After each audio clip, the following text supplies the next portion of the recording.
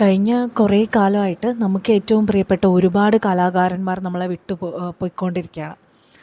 അതിൽ ഏറ്റവും അവസാനമായിട്ട് നമുക്ക് നഷ്ടപ്പെട്ടിരിക്കുന്നത് നമ്മളുടെ ഏറ്റവും പ്രിയപ്പെട്ട സലിം കുമാറിനെയാണ്. കഴിഞ്ഞ ദിവസം കൊച്ചിയിലെ ഒരു സ്വകാര്യ ആശുപത്രിയിൽ വെച്ചിട്ട് കാർഡിയാക് അറസ്റ്റ് കാരണം അദ്ദേഹം അന്തരിക്കുകയുണ്ടായി. അപ്പോൾ അദ്ദേഹം അവതരിപ്പിച്ച അനേകം ക്യാരക്ടേഴ്സൊക്കെ എനിക്കും വളരെ പ്രിയപ്പെട്ടതാണ്, നിങ്ങളെല്ലാവരെയും പോലെ. അപ്പോൾ അതിനെക്കുറിച്ച് സംസാരിക്കണോ എന്ന് ഞാൻ ആലോചിച്ചിരുന്നു. എന്നാൽ പോലും ഒരു വീഡിയോ ചെയ്യണം എന്ന് ഉള്ള ആ ഒരു കൺവിക്ഷൻ എനിക്ക് അത്ര വന്നിട്ടുണ്ടായിരുന്നില്ല. അദ്ദേഹത്തിൻ്റെ മകനായിട്ടുള്ള ചന്തു സലിംകുമാർ ഈ മീഡിയ ആൾക്കാരോടെല്ലാം അദ്ദേഹത്തിൻ്റെ ലാസ്റ്റ് റിച്വൽസ് ചെയ്യാൻ വേണ്ടിയിട്ട് കുടുംബത്തിന് അല്പം സ്പേസ് തരണം എന്ന് പറഞ്ഞുകൊണ്ട് സംസാരിക്കുന്ന കുറച്ച് വിഷ്വൽസ്, അതിൻ്റെ ഫോട്ടോസൊക്കെ വളരെയധികം പ്രചരിക്കുന്നുണ്ട്. അപ്പോൾ അത് കണ്ടു കഴിഞ്ഞപ്പോൾ എനിക്കത് വളരെ അൺഫോർച്ചുനേറ്റായിട്ട് തോന്നി. പ്രശസ്തരായിട്ടുള്ള ആളുകളുടെ ബന്ധുമിത്രാദികൾക്ക് ഗ്രീവ് ചെയ്യാനുള്ളൊരു പേഴ്സണൽ സ്പേസ് പോലും നമ്മൾ കൊടുക്കുന്നില്ല എന്നുള്ളത് എന്തൊരു കഷ്ടമായിട്ടുള്ള കാര്യമാണെന്ന് നിങ്ങളൊന്ന് ആലോചിച്ച് നോക്കൂ. അവരുടെ സുഹൃത്തുക്കൾ അവരുടെ അനുശോചനങ്ങൾ അറിയിക്കാൻ വേണ്ടിയിട്ട് വരുമ്പോൾ അപ്പോൾ അവരെ പിടിച്ച്, അവർ കരയുവാണെങ്കിലും അല്ലെങ്കിലും അവരെ പിടിച്ച് നിർത്തി അവരുടെ ബൈറ്റ് ചോദിക്കുന്നത്, അവരെ വീണ്ടും സംസാരിക്കാൻ പ്രസ് ചെയ്യുന്നത് എന്തൊരു മോശമാണ്. ഇനി അങ്ങോട്ടേക്ക് വരുന്ന ആൾക്കാർ ധരിച്ചിരിക്കുന്ന ഡ്രസ്സുകൾ, അവർ ഈ ഡ്രസ്സ് ഇട്ടിട്ടാണ് വന്നത്, അല്ലെങ്കിൽ അവർ കണ്ണാട വെച്ചു, അല്ലെങ്കിൽ അവർ കൂളിംഗ് ഗ്ലാസ് വെച്ചിട്ടാണ് മരണം അറ്റൻഡ് ചെയ്യാൻ വന്നിട്ടുള്ളത്, അവർ ചിരിച്ചു, അല്ലെങ്കിൽ അവരെ നോക്കിയില്ല. എന്തൊക്കെ തരത്തിലുള്ള ക്യാപ്ഷൻസും തംബ്നെയിലുകളുമാണ് നമ്മൾ ഇടുന്നത് എന്ന് തൊട്ടാണ് വേറൊരാളുടെ മരണത്തിന് ആഘോഷിക്കാൻ നമ്മൾ പഠിച്ചു തുടങ്ങിയത്. ഇന്ന് സുപ്രിയ മേനൻ, പൃഥ്വിരാജിൻ്റെ വൈഫ് കൊടുത്തിട്ടുള്ള ഒരു നോട്ട് ഞാൻ കണ്ടു. ഇത് വളരെ മോശമാണ് എന്നുള്ളത്. ഇത് മീഡിയ പ്രവർത്തനമല്ല, ഇത് ജേർണലിസമല്ല, ഇത് വൾഗാരിറ്റിയാണ്, വോയറിസമാണ് എന്നൊക്കെ പറഞ്ഞുകൊണ്ട് അവർ ഒരു പോസ്റ്റ് ഷെയർ ചെയ്തിട്ടുണ്ട്. അപ്പോൾ ഞാൻ ആലോചിച്ചു, ഇതിന് വളരെ സമാനമായിട്ടുള്ള ഒരു അനുഭവം പൃഥ്വിരാജിന് ഉണ്ടായിട്ടുണ്ട് എന്ന് ഞാൻ കേട്ടിട്ടുണ്ട്. മനോജ് കെ ജയൻ അദ്ദേഹത്തിൻ്റെതായിട്ടുള്ള ഒരു ഇൻ്റർവ്യൂവിൽ പൃഥ്വിരാജിൻ്റെ അച്ഛനായിട്ടുള്ള വളരെ പ്രശസ്തനായിട്ടുള്ള നടൻ സുകുമാരൻ അദ്ദേഹം അന്തരിച്ചത് 1997 അപ്പോൾ അദ്ദേഹത്തിൻ്റെ സംസ്കാരത്തിൻ്റെ സമയത്ത് പൃഥ്വിരാജ് വളരെ അസ്വസ്ഥനായിട്ട് കാണപ്പെട്ടു എന്ന് മനോജ് കെ ജയൻ പറയുന്നത് ഞാൻ കേട്ടിട്ടുണ്ട്. അപ്പോൾ പിന്നീട് അവരൊരുമിച്ച് അഭിനയിക്കാൻ ഇടയായി കഴിഞ്ഞപ്പോൾ മനോജ് കെ ജയൻ അതിനെപ്പറ്റി പൃഥ്വിരാജിനോട് ചോദിച്ചു. അപ്പോൾ അദ്ദേഹം പറഞ്ഞത് ഇങ്ങനെയാണ്: അച്ഛൻ മരിച്ചു കിടക്കുകയാണ്. ആ സമയത്ത് അവിടെ മോഹൻലാലും മമ്മൂട്ടിയും അദ്ദേഹത്തിന് ലാസ്റ്റ് ട്രിബ്യൂട്ട്സ് കൊടുക്കാൻ വേണ്ടിയിട്ട് അവിടെ വന്നു. അപ്പോൾ ഈ ജനങ്ങൾ മുഴുവൻ കൂടി നിൽക്കുകയാണല്ലോ. അപ്പോൾ അവർക്ക് മോഹൻലാൽ വരുന്നു, മമ്മൂട്ടി വരുന്നു എന്നുള്ളത് ഭയങ്കര അവർക്ക് കാണാൻ പറ്റിയ ഒരു അവസരമാണ്. അപ്പോൾ ഈ ആളുകൾ മുഴുവനും കൂകി വിളിച്ചും ആർത്ത് വിളിച്ചും ഒക്കെയാണ് ഇവരെ സ്വീകരിക്കുന്നത്. അപ്പോൾ അത് പൃഥ്വിരാജിനെ ഭയങ്കരമായിട്ട് വേദനിപ്പിച്ചു. എനിക്ക് തോന്നുന്നു അദ്ദേഹം ഒരു 15 വയസ്സോ അത്രേ ഉള്ളൂ അദ്ദേഹത്തിന് പ്രായം. അപ്പോൾ അദ്ദേഹത്തിന് അത് ഭയങ്കരമായിട്ട് ഈ ജനങ്ങളുടെ ഭാഗത്തു നിന്നുള്ള പെരുമാറ്റം ഭയങ്കരമായിട്ട് വിഷമിപ്പിച്ചു എന്ന് പറഞ്ഞു. അദ്ദേഹത്തിൻ്റെ അച്ഛൻ മരിച്ചു കിടക്കുമ്പോൾ ആളുകൾ ആർത്ത് വിളിക്കുകയും കൂകുകയും പിന്നെ അവർക്ക് ഭയങ്കര സന്തോഷം തോന്നുകയും ചെയ്യുന്നു എന്നുള്ളത്.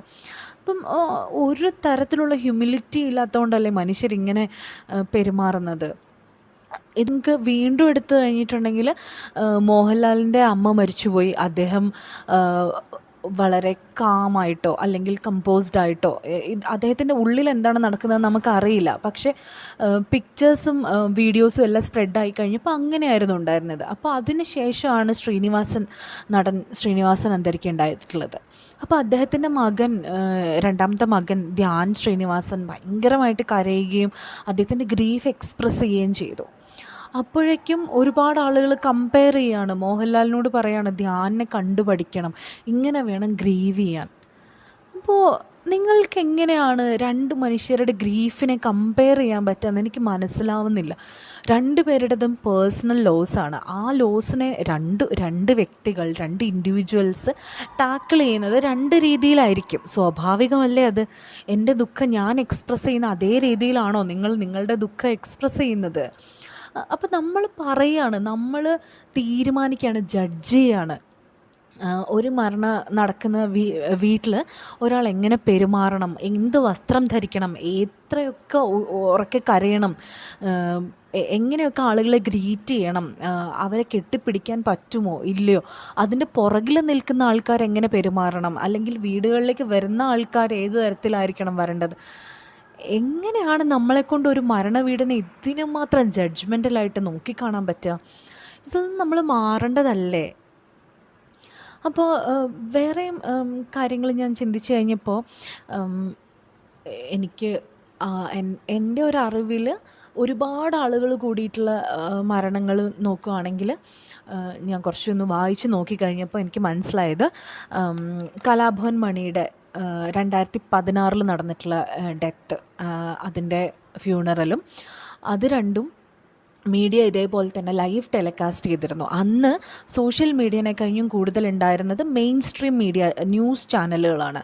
അവർ അദ്ദേഹത്തിനെ ഹോസ്പിറ്റലിൽ നിന്ന് തിരിച്ച് വീട്ടിലേക്ക് കൊണ്ടുവരുന്നത് മുതൽ, പൊതുദർശനത്തിന് വെച്ചത് മുതൽ സംസ്കാരം വരെ എല്ലാം കവർ ചെയ്തു ലൈവായിട്ട്. അതേപോലെ തന്നെ 2022 പാണക്കാട് ശിഹാബ് അലി തങ്ങൾ, അദ്ദേഹത്തിൻ്റെ മരണവും ഇതേപോലെ 2 ദിവസം, അദ്ദേഹത്തിൻ്റെ മരണം നടന്ന ദിവസം, അതിൻ്റെ പിറ്റേ ദിവസം അദ്ദേഹത്തിൻ്റെ സംസ്കാരം നടന്ന ദിവസം, ഇത് രണ്ടും ലൈവായിട്ട് കവർ ചെയ്യുകയുണ്ടായി. അപ്പം മീഡിയ ഇതൊരു റിച്വലാക്കി എടുക്കുക. ഒരാൾ മരിക്കുക, അതിന് തുടർന്ന് വരുന്ന ആൾക്കാരുടെ കണ്ടോളൻസസ്, അവരുടെ മോർണിംഗ്, അതിനെ തുടർന്നുള്ള റിച്വൽസ് എല്ലാം തന്നെ അവർ കവർ ചെയ്യാൻ തുടങ്ങുകയാണ്. വളരെ അൺഫോർച്ചുനേറ്റ് എന്ന് എനിക്ക് പറയാനുള്ളൂ.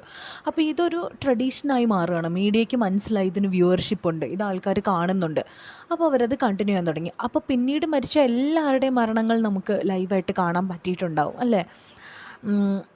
അതിനുശേഷം ഇത് നമ്മളെ ഒരു തരത്തിൽ സെൻസിറ്റീവ് അല്ലാത്ത മനുഷ്യരാക്കി മാറ്റുമെന്ന് എനിക്ക് തോന്നുന്നു. കാരണം നമ്മൾ കാണുകയാണ്, ആൾക്കാർ കരയുന്നു, നമുക്ക് അതിനോണ്ട് ഒരു വേദനയും വിഷമവും തോന്നുന്നില്ല.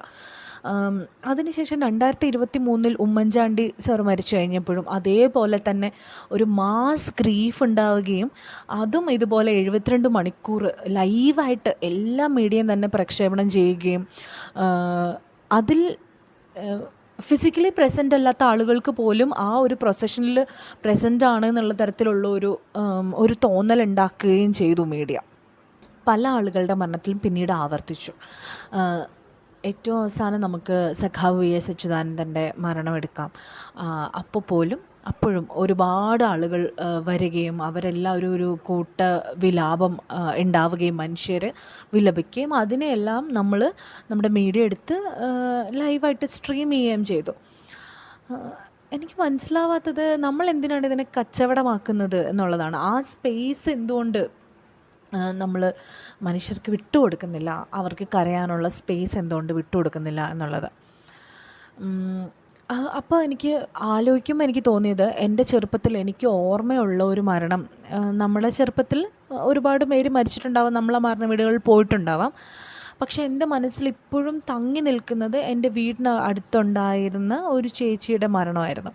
ഞാൻ അതിൻ്റെ കൂടുതൽ ഡീറ്റെയിൽസ് ഒന്നും പറയുന്നില്ല. പക്ഷേ അവർ മരിച്ചത്, അവരുടെ ആമാശയം ചുരുങ്ങിയിട്ടാണ് അവർ മരിച്ചത്. അപ്പോൾ അവർ എനിക്കറിയാവുന്ന, എനിക്ക് വളരെ പേഴ്സണലായിട്ട് അടുത്തറിയാമായിരുന്ന, ഞാൻ സംസാരിച്ചിട്ടുള്ള ഒരു വ്യക്തി എന്നുള്ള രീതിയിൽ ആ മരണമാണ് എന്നെ ആദ്യമായിട്ട് ഭയങ്കര ടച്ച് ചെയ്തിട്ടുള്ള എൻ്റെ ചൈൽഡ്ഹുഡ് ഒരു മെമ്മറി എന്ന് പറയുന്നത്.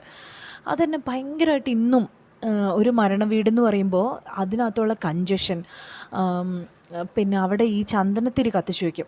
അതിനുശേഷം എനിക്ക് ചന്ദനത്തിരി കത്തിച്ച് വയ്ക്കുന്നത് ഭയങ്കര ബുദ്ധിമുട്ടാണ്. ആ ചന്ദനത്തിരിയുടെ മണം വന്നിട്ട് നമ്മളെ വീർപ്പ് മുട്ടിക്കുന്ന ഒരു ബുദ്ധിമുട്ടിക്കലുണ്ട്. ഇത് ഓരോ മരണം കേൾക്കുമ്പോഴും എനിക്ക് ആ ഒരു വീർപ്പുമുട്ടൽ ഉണ്ടാവാറുണ്ട്. എനിക്ക് ഉറപ്പാണ്, നമ്മളുടെ എല്ലാവരുടെയും വീടുകളിൽ നമ്മളെല്ലാം അഡൽട്ട്സ് ആയി കഴിഞ്ഞു. ഇനി നമ്മളുടെ വീടുകളിൽ അസമയങ്ങളിൽ നമ്മുടെ വീടുകളിൽ നിന്ന് വരുന്ന ഓരോ കോളും നമ്മളെ പേടിപ്പിക്കുന്ന ഒരു പ്രായത്തിലേക്ക് നമ്മളെത്തി. ഇപ്പം നമുക്കറിയാം, മരണം എന്ന് പറയുന്നത് നമ്മളെ പേടിപ്പിക്കുന്ന, നമ്മൾക്ക് ഒരുപാട് വേദന ഉണ്ടാക്കിത്തരാൻ കെൽപ്പുള്ള ഒന്നാണെന്ന്. പക്ഷെ എങ്ങനെയാണ് നമുക്ക് ഇതുപോലത്തെ ആളുകൾക്ക് അങ്ങനത്തെ തരത്തിലുള്ള വേദന ഉണ്ടെന്ന് മനസ്സിലാക്കാൻ പറ്റാത്ത തരത്തിലുള്ള ആ ഒരു കട്ടി മനസ്സിന് വരുന്നതെന്ന് എനിക്കറിയില്ല. നിങ്ങൾ ശ്രദ്ധിച്ചിട്ടുണ്ടോ, മരണ വീട്ടിൽ ഏകദേശം 4-5 സർക്കിൾ മനുഷ്യരുണ്ടാവും. ഏറ്റവും ഇന്നർ സർക്കിളിലുള്ള മനുഷ്യർ അവരുടെ ബന്ധുക്കളായിരിക്കും, ഏറ്റവും അടുത്ത ഫാമിലി മെമ്പേഴ്സായിരിക്കും. അവർ ഭയങ്കരമായിട്ട് കരയുകയും അല്ലെങ്കിൽ ഏതെങ്കിലും തരത്തിൽ അവർ ആ ഗ്രീഫുള്ള മനുഷ്യരായിരിക്കും. അതിന് തൊട്ട് അടുത്ത വലയത്തിലുള്ള മനുഷ്യർ ഇവരെ സാന്ത്വനിപ്പിക്കാൻ ജെനുവിൻലി നിൽക്കുന്ന ആളുകളും അല്ലെങ്കിൽ അവർക്ക് വേണ്ടി എന്തെങ്കിലും ചെയ്തു കൊടുക്കാൻ വേണ്ടിയിട്ട്, ഇപ്പോൾ ഭക്ഷണം വേണം, വെള്ളം വേണം, അല്ലെങ്കിൽ ഗ്ലൂക്കോസ് വേണം, അല്ലെങ്കിൽ ഒരാൾ തളർന്ന് വീഴുന്നു അവർക്ക് എന്തെങ്കിലും ഹെൽപ്പ് വേണം, അങ്ങനെ ചെയ്യുന്ന ആളുകളായിരിക്കും. അതിനെ പുറത്ത് ഒരു സംഘം മനുഷ്യരുണ്ടാവും, ഈ ജനറൽ ഹെൽപ്പ് ഉണ്ടാവുമല്ലോ ഒരു മരണ വീട്ടിൽ ആകുമ്പോഴത്തേക്കും. ഓരോ ആൾക്കാരെ വിളിച്ചുകൊണ്ട് വരുന്നതാവട്ടെ, ഓരോ ചടങ്ങുകൾ ഓർഗനൈസ് ചെയ്യുന്നതാവട്ടെ, ഓരോ കാര്യങ്ങൾ എത്തിച്ചു കൊടുക്കുന്ന അങ്ങനത്തെ ആളുകളുണ്ടാവും, ഭക്ഷണം ഉണ്ടാക്കുന്ന ആളുകളുണ്ടാവും, ടേക്ക് കെയർ ചെയ്യുന്ന ജനറൽ ക്രൗഡ് ഉണ്ടാവും. ഇനിയും പുറത്ത് കുറച്ചൊക്കെ വിഷമമുള്ള മനുഷ്യരുണ്ടാവും. പക്ഷേ ഏറ്റവും പുറത്തൊരു മനുഷ്യരുണ്ടാവും, ഈ അവിടെ വരുന്ന ആൾക്കാരെ കുറ്റം പറയുക, അവരെ ജഡ്ജ് ചെയ്യുക, ഈ മരിച്ച ആളുടെ കുറ്റം പറയുക, വെറുതെ ചിരിക്കുക, ചുമ്മാ കാണിക്കാൻ വേണ്ടിയിട്ടാണ് മരിച്ച വീട്ടിൽ വരിക. എനിക്ക് തോന്നുകയാണ് പതുക്കെ സമൂഹം ആ ഏറ്റവും പുറത്തുള്ള മനുഷ്യരായിക്കൊണ്ടിരിക്കുകയാണ്. അകത്തുള്ള ആളുകൾ വളരെ ചുരുക്കമായിക്കൊണ്ടിരിക്കുകയാണ്. പിന്നെയും ആലോചിക്കുമ്പോൾ ഒന്നുകൂടി പറയാൻ തോന്നുന്നു, ജാനേമൻ എന്ന് പറഞ്ഞിട്ട് 2021 ഒരു സിനിമ ഇറങ്ങിയിട്ടുണ്ടായി. അപ്പോൾ അതിൽ നിങ്ങൾ കണ്ടിട്ടുണ്ടോയെന്ന് എനിക്കറിയില്ല. അപ്പുറത്തും ഇപ്പുറത്തുമുള്ള 2 വീടുകളിൽ ഒരു വീട്ടിലൊരു ബർത്ത്ഡേ ആഘോഷവും ഒരു വീട്ടിൽ ഒരു ഡെത്തുമാണ് നടക്കുന്നത്. അപ്പോൾ ഏറ്റവും അവസാനം ഈ ബർത്ത്ഡേ ആഘോഷം ഈ ഡെത്ത് നടക്കുന്ന വീടിൻ്റെ പറമ്പിലേക്കും ആ പ്രിമൈസസിലേക്കും വരുന്നതാണ് ആ സിനിമ പറയുന്നത്. അപ്പോൾ അതിൽ ബേസിൽ ജോസഫാണ്, അദ്ദേഹത്തിനാണ് ബർത്ത്ഡേ. അപ്പോൾ അദ്ദേഹം പറയുന്നൊരു ഡയലോഗുണ്ട്, ബർത്ത്ഡേ നടക്കുന്ന വീട് ബോറിംഗ് ആണ്, അവിടെ ഒന്നും നടക്കുന്നില്ല, ഈ ഡെത്ത് നടക്കുന്ന സ്ഥലം it is the most happening place എന്നാണ്.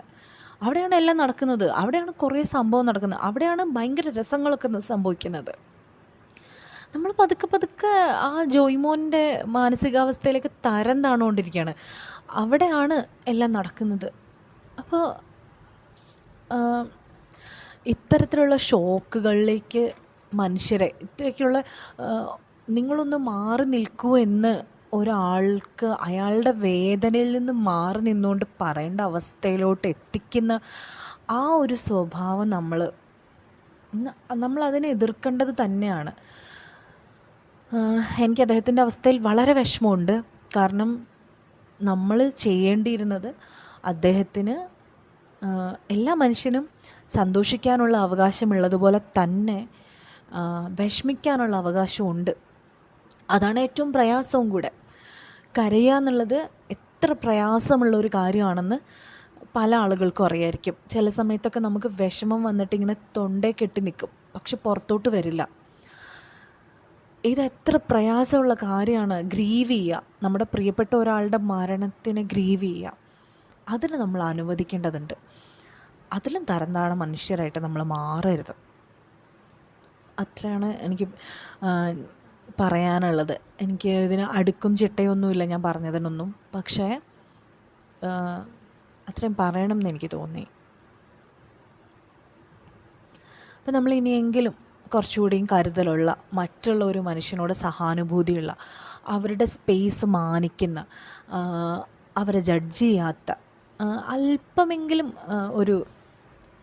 ഒരു കരുണയൊക്കെ മനുഷ്യനോട് തോന്നുന്ന ഒരു ജീവിയായിട്ട് മാറാൻ നമുക്ക് പറ്റട്ടെ. ഇനിയെങ്കിലും ഇതിന് കാഴ്ചക്കാരില്ല എന്ന് തോന്നലുണ്ടായിക്കഴിഞ്ഞാൽ ഇത്തരത്തിലുള്ള കോണ്ടൻറ്റ് സ്വാഭാവികമായിട്ടുണ്ടാവില്ല. അപ്പോൾ ഇതൊന്നും നമ്മൾ കാണാതിരുന്നാൽ എന്താണ് നമുക്ക് വിഷമമുണ്ട്. എനിക്ക് ജെനുവിൻലി മനസ്സിലാവുന്നു, നമുക്ക് വിഷമമുണ്ട്, എനിക്ക് വിഷമമുണ്ട്. പക്ഷേ അത് ഇമ്പോർട്ടൻ്റ് അല്ല. നമ്മുടെ വിഷമം ഒരു കലാകാരൻ പോയി എന്നുള്ളതാണ്. പക്ഷെ അവരുടെ വിഷമം അവരുടെ അച്ഛൻ പോയി അല്ലെങ്കിൽ ഭർത്താവ് പോയി എന്നുള്ളതാണ്. അതിനെയല്ലേ റീപ്ലേസ് ചെയ്യാൻ പറ്റാത്തത്. നമുക്ക് അദ്ദേഹം അഭിനയിച്ചിട്ട് പോയിട്ടുള്ള 100 കണക്കിന് സിനിമകളുണ്ട്, അല്ലെങ്കിൽ അദ്ദേഹം സംസാരിച്ചിട്ടുള്ള ഇൻ്റർവ്യൂകളുടെ ക്ലിപ്പുകളുണ്ട്, എല്ലാം ഉണ്ട്. അവർക്കാണ് ഇല്ലാണ്ടായത്. അത് നമ്മൾ കുറച്ചും കൂടെ മാനിക്കണം എന്നെനിക്ക് തോന്നുന്നു. പറഞ്ഞു നിർത്തുന്നതിന് മുന്നേ സുകൃതം എന്ന് പറഞ്ഞിട്ടുള്ള ഒരു സിനിമ ഉണ്ടായിരുന്നു 1994 MT തിരക്കഥ എഴുതിയിട്ടുള്ള, മമ്മൂട്ടി അഭിനയിച്ചിട്ടുള്ള ഒരു സിനിമയാണത്. അതിൽ മമ്മൂട്ടിക്ക് ക്യാൻസർ വരെയും അദ്ദേഹം രക്ഷപ്പെടില്ല എന്ന് വിചാരിക്കുക, അദ്ദേഹത്തിനുള്ളതെല്ലാം ബാക്കിയുള്ളവർക്ക് കൊടുക്കുക, അദ്ദേഹത്തിൻ്റെ ഭാര്യേനെ കൂടെ അദ്ദേഹം വേറൊരാളോട് കല്യാണം കഴിക്കണമെന്ന് പറയുകയൊക്കെ ചെയ്യുന്നു. പക്ഷേ അദ്ദേഹം ജീവിതത്തിലേക്ക് തിരിച്ചു വരുന്നു. അതാണ് ആ സിനിമ. അപ്പോൾ അത് എഴുതാൻ വേണ്ടിയിട്ട് MT കാരണമായത്, MT ആ സമയത്ത് ഒരു ഭയങ്കരമായിട്ട് ഒരു അസുഖം ഉണ്ടാവുകയും ടെർമിനൽ ഇൽനെസ് തന്നെ ഉണ്ടാവുകയും അദ്ദേഹം ഒത്തിരി കാലാവധിക്ക് പോവുകയും ചെയ്തു. അദ്ദേഹം അപ്പോൾ എനിക്ക് തോന്നുന്നു മാതൃഭൂമിയുടെ എഡിറ്റർ ഇൻ ചീഫ് ആയിരുന്നു അദ്ദേഹം എന്നാണ്, എനിക്കത്ര ഉറപ്പില്ല കേട്ടോ. പക്ഷെ ആ സമയത്ത് അദ്ദേഹം പോയി. പക്ഷേ അദ്ദേഹത്തിൻ്റെ അസുഖമെല്ലാം മാറി. അദ്ദേഹം തിരിച്ചു വന്ന് അദ്ദേഹത്തിൻ്റെ മേശ നോക്കിയപ്പോൾ അതിൻ്റെ ഉള്ളിൽ അദ്ദേഹത്തിൻ്റെ ചരമക്കുറിപ്പ്, അദ്ദേഹത്തിൻ്റെ ബയോ ഒക്കെ എഴുതി വെച്ചിരിക്കുന്നു.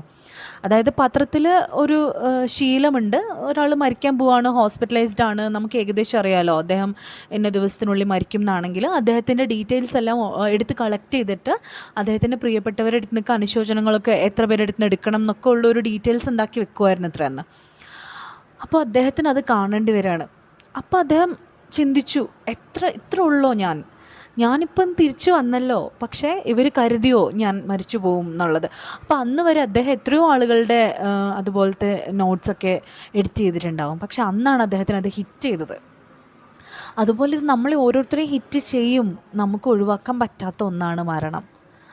അപ്പോൾ അത് ഓർത്തിട്ടെങ്കിലും നമ്മൾ കുറച്ചും കൂടെ മറ്റുള്ള ഒരാളുടെ സ്പേസ് മാനിക്കുന്ന ഒരാളായിട്ട് മാറട്ടെ എന്ന് ഞാൻ ആത്മാർത്ഥമായിട്ട് ആഗ്രഹിക്കുകയാണ്. ഇത്രയും പറയണമെന്ന് തോന്നി.